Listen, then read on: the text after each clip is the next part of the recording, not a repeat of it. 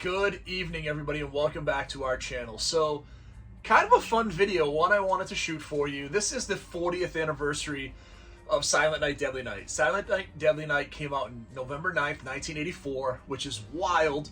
We're going to talk about a couple of really crazy things about this movie, but when I saw that this was the 40th anniversary, I wanted to slow down and talk about it. This is kind of why I created Old School Scares. I want to talk about really cool classic movies.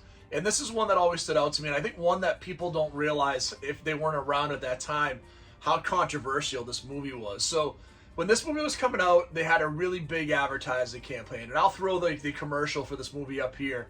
And it was, I mean, people were up in arms. Like, people lost their mind about this movie. And it's actually a pretty competent slasher movie, right? This movie cost like $750,000 to make. Like I said, it came out November 9th. It came in 8th on the opening box office weekend. It made like $1.5 million, which is insane about this movie is it came out the exact same time as Nightmare on Elm Street.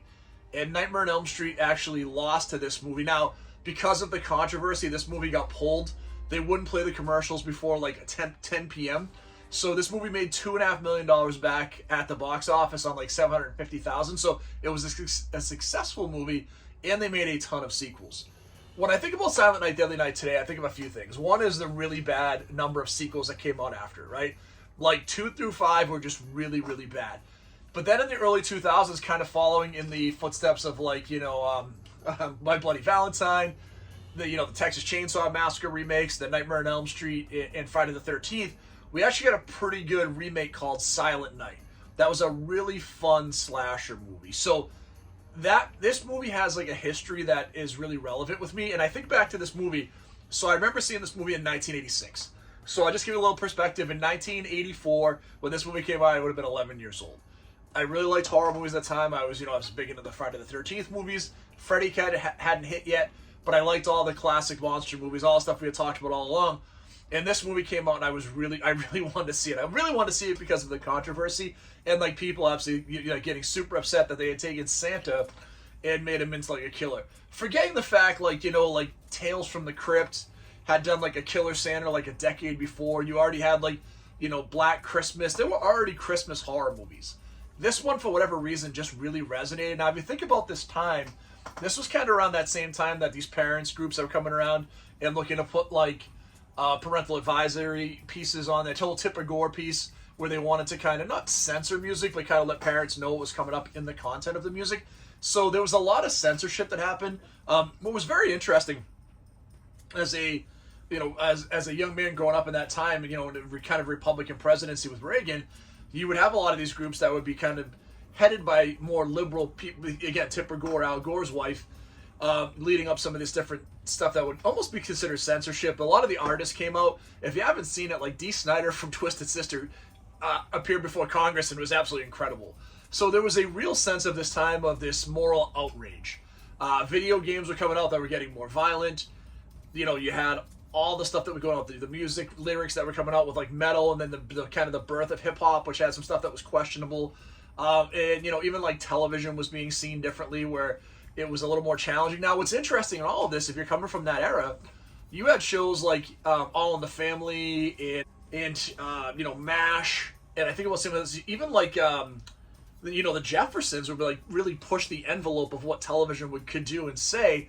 And as you came into the 80s, there was kind of this swing back to a more conservative movement, a more religious movement, to kind of bring some of that censorship back to the kids. When I think back to this movie, a couple things stand out to me. One is there's actually a couple of pretty good performances in this. It's very amateurish as you watch it, but it's fun. There are memorable kills. The Mother Superior character is great, punishing young Billy. Now, if you don't know the history again, and there'll be a little bit of spoilers here, Billy's a young boy. He goes with his parents to see his grandfather at the mental asylum, and his grandfather warns about being naughty, that Santa's like, it's the scariest time of year.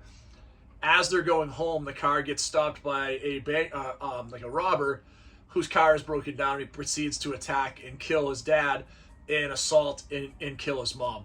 And it's actually a pretty rough scene. Billy and his little brother see it out in the woods.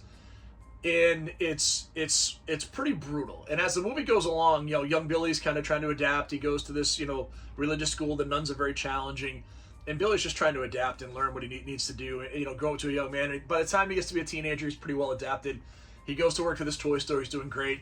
Come Christmas time, the Santa doesn't show up. They put Billy in the Santa suit, and he has this flashback. He just snaps and starts killing everybody. And there's a lot of really good creative deaths in the movie.